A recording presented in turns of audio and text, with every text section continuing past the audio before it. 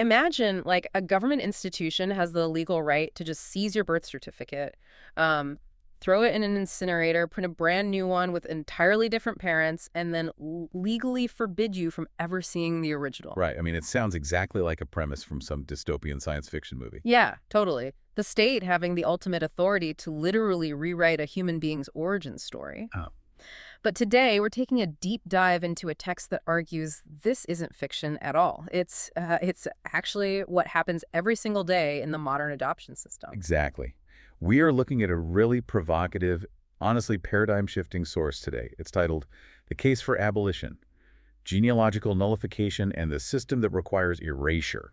Which is a heavy title. It is, yeah. And this text fundamentally challenges the traditional, universally accepted narrative of adoption. And for generations, the story society has been told frames adoption as this pure act of rescue, right? Right, like a profound generosity. Exactly. Love. Or simply, an inevitability for a child in need. But before we get into the weeds of how this source really dismantles that narrative, I want to establish a very clear baseline for you, the listener. Because, I mean, let's face it, this material touches on deeply personal, highly sensitive, and politically charged systemic critiques. Very much so. And they're authored by adoptees themselves. Right. So our mission today is strictly impartial. We are not here to endorse the adoption system, nor are we here to condemn it. Yeah, we're not taking sides politically or morally here. Exactly. Our job today is literally just to act as your guides, faithfully unpacking the specific arguments, the underlying logic, and, well, the unique perspective presented in this text. We're basically mapping out their critique so you can really understand the architecture of their argument. Because the central question that drives this massive text is heavy. It asks us to consider, what if the adoption system itself is the harm? Okay, let's unpack this. Genealogical nullification. I know it's a dense academic phrase, but the concept is actually incredibly straightforward. And quite jarring once you actually look at the mechanics of it. Totally jarring. The source argues that adoption, like in its dominant legal form today, doesn't just relocate a child from point A to point B. It performs a much deeper, more aggressive act. Right. It's not just a change of address. No, not at all. It seals the original birth record. It entirely extinguishes any legal ties to the biological family, and it reconstructs the person's identity under an entirely new lineage. What's fascinating here is how the text attacks what it calls the myth of addition. Right, the myth of addition. Yeah, because in the mainstream narrative, adoption is almost always framed as a gain. We constantly hear phrases like, a child gains a family. Or a life is improved, a future is secured. Exactly. It's framed as an additive process, 1 + 1 = 2. But the text argues there is an underlying invisible exchange occurring here. Something is erased so something else can take its place. Let me try an analogy here to make the substitution a bit more concrete for you. Imagine your life is a book. Okay, I like that. Adoption, as we usually think of it, is like a co-author coming in at chapter 2 to help write the rest of the story. It's a new chapter added to an existing volume. Right, the additive view. Exactly. But this text argues that legally, the system is basically tearing out the entire first chapter. It writes a completely fabricated new first chapter, glues it in, and then legally forbids the reader and the book itself from ever looking at the original pages. That's a really stark way to put it. But to understand the physical reality of that analogy, we really have to look at the actual paperwork. Yeah, the literal paper trail. Because when an adoption is finalized, a court order is sent to vital statistics. The original birth certificate is permanently vaulted. Like locked away in a literal vault. Locked away. And the state then issues what is called an amended birth certificate. But it doesn't say adopted by on it, does it? No, it doesn't. In most jurisdictions, it literally lists the adoptive parents as the people who gave birth to the child at the original hospital. Oh, wow. So it is literally state-sanctioned historical fiction. That's exactly what the authors argue. They are altering a foundational historical document to reflect a biological event that simply never occurred. That's intense. It is. And that specific mechanism is what shifts the entire narrative from a simple act of care to an act of identity reconstruction under the authority of the state. Right. It's the legal declaration that a person's origins can just be overwritten to serve a new social arrangement. So we're talking about tearing out the first chapter of someone's life and issuing a completely fictionalized government document. But, you don't do that with a pair of scissors or a dramatic public ceremony. No, you do it with paperwork. Right.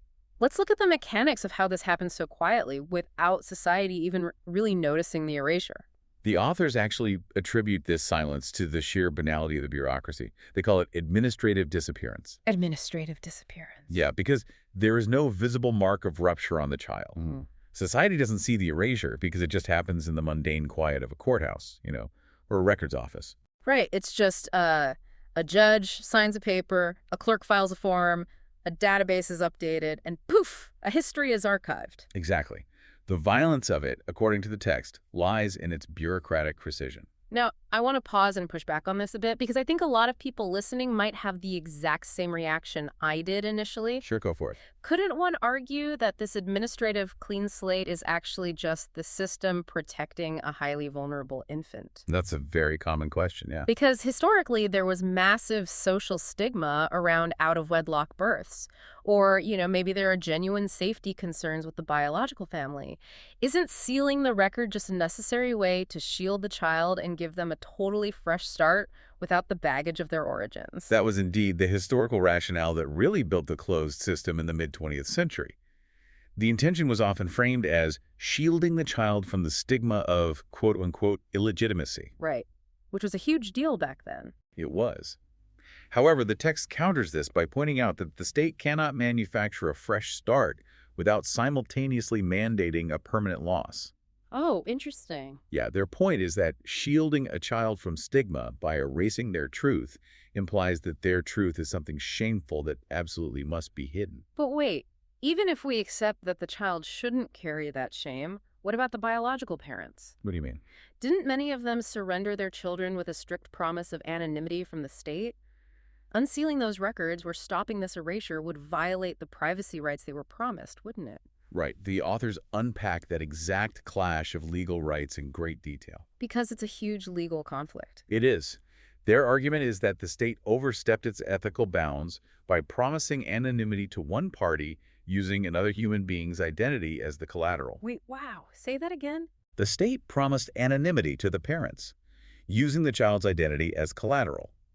The text insists that no institution should have the right to promise a parent that their child will be permanently blocked from knowing their own genetic and historical origins. So the child's rights just trump the parent's privacy? According to this argument, yes.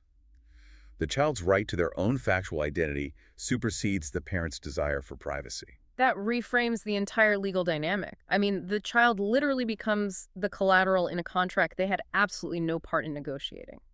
Which brings up the crucial question of consent. Right. The text notes the really obvious fact that an infant cannot consent to an adoption or to the sealing of their records. Of course not. They're a baby. Right. Now, the authors concede that intervention is sometimes inevitable for a baby in a dangerous or unsustainable situation. Sure, nobody's denying that kids sometimes need to be moved to safety. Exactly. The critical question they raise is why this non-consensual legal decision made for a vulnerable infant remains legally permanent into adulthood. Yeah, think about any other contract in society. If you enter a bad business deal, there are legal mechanisms to exit it. Marriages can be dissolved. Right. People can legally change their names or reclaim old ones. Adult citizens have a baseline of legal autonomy. But this text points out that adoption stands entirely apart in our legal framework. It is an identity assignment imposed without consent that is maintained into adulthood without any meaningful avenue for reversal.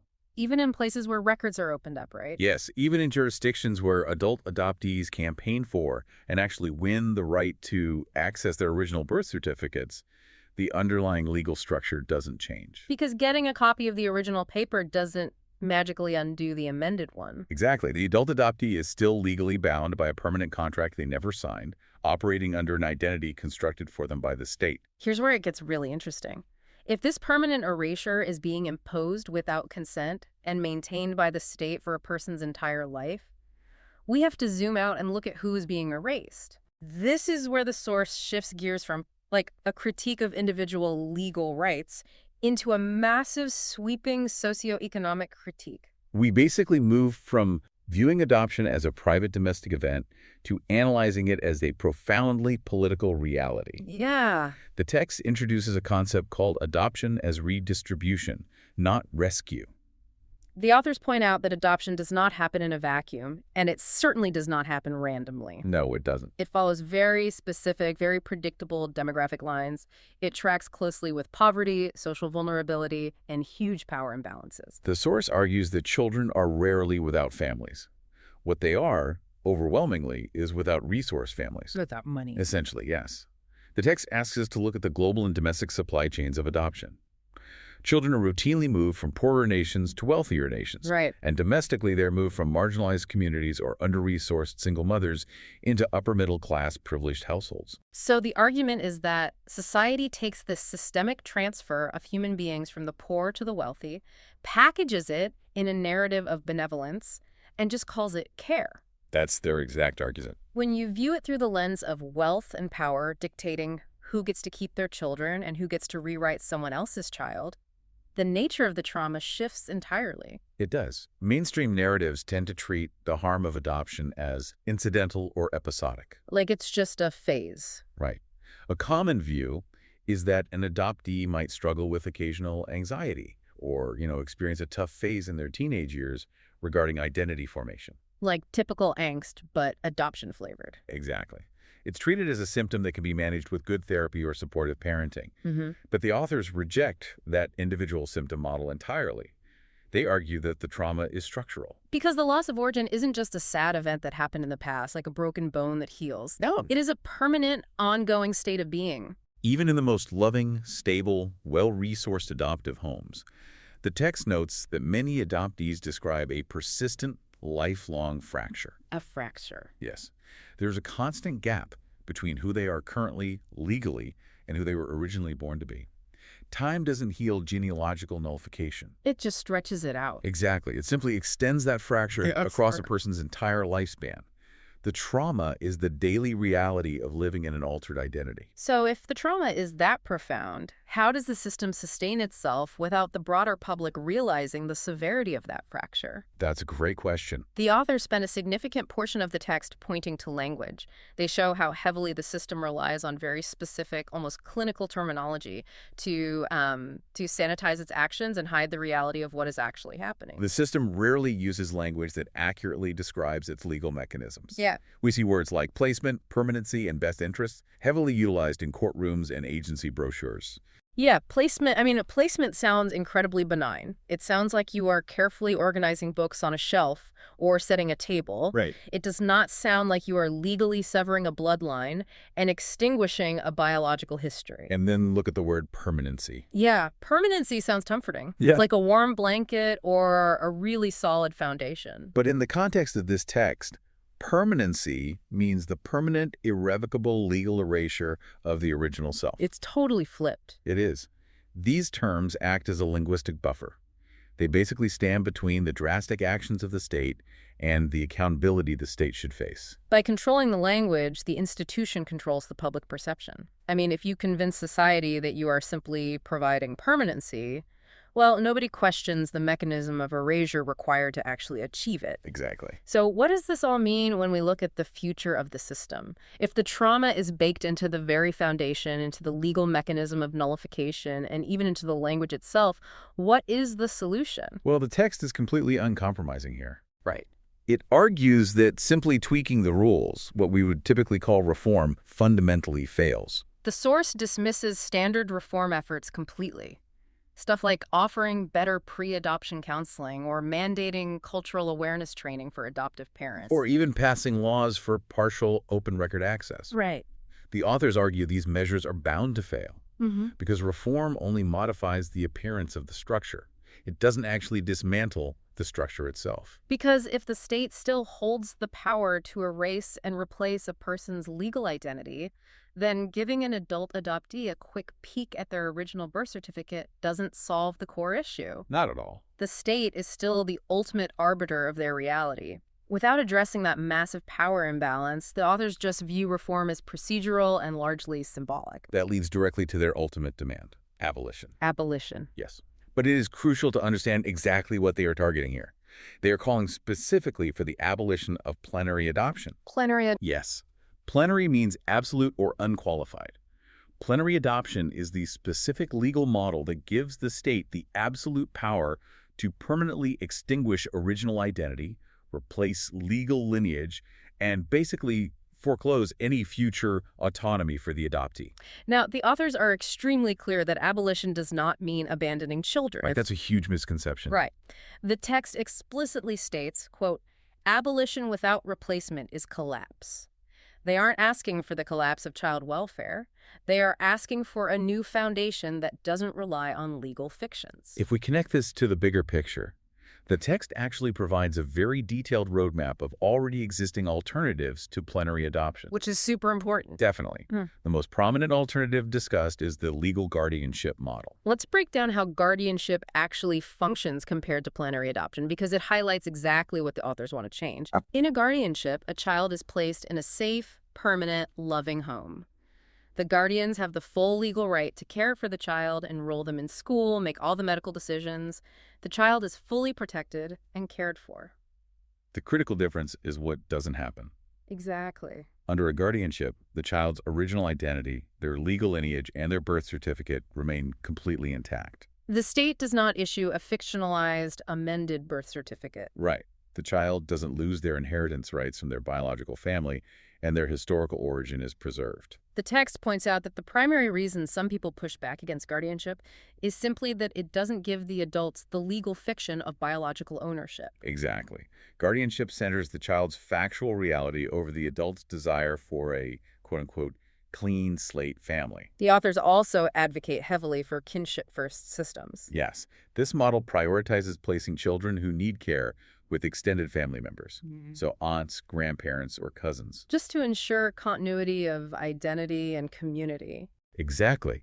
Furthermore, they advocate for massive economic support to preserve families in the first place, really tackling that core issue of wealth redistribution we discussed earlier. Like providing struggling parents with actual resources, rather than just permanently removing their children. Right. The unifying principle behind all of these alternatives is captured in one incredibly powerful line from the text. What's the line?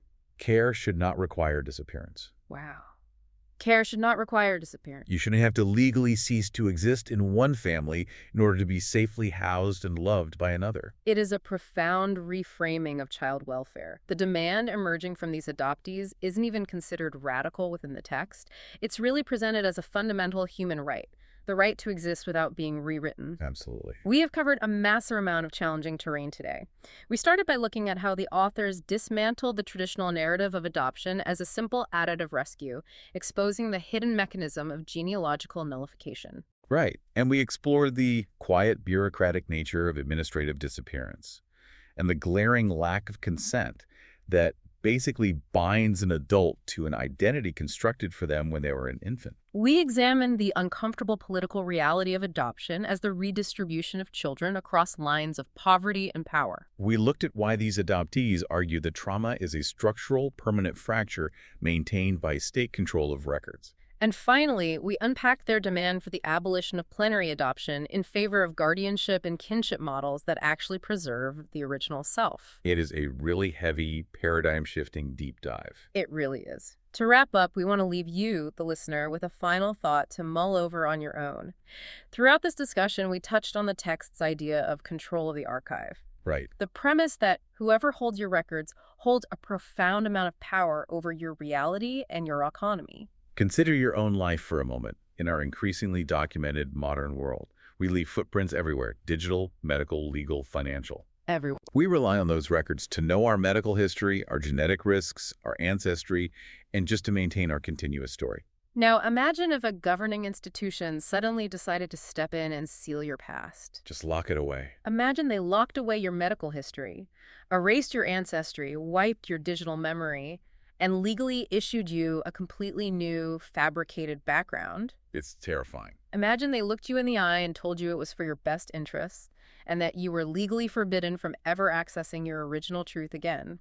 How fundamentally would that alter your ability to trust your own identity? How would it change your sense of belonging and your place in the world? It is a chilling thought experiment when applied to your own life. But it is exactly the reality millions of adoptees navigate every single day under the current legal framework.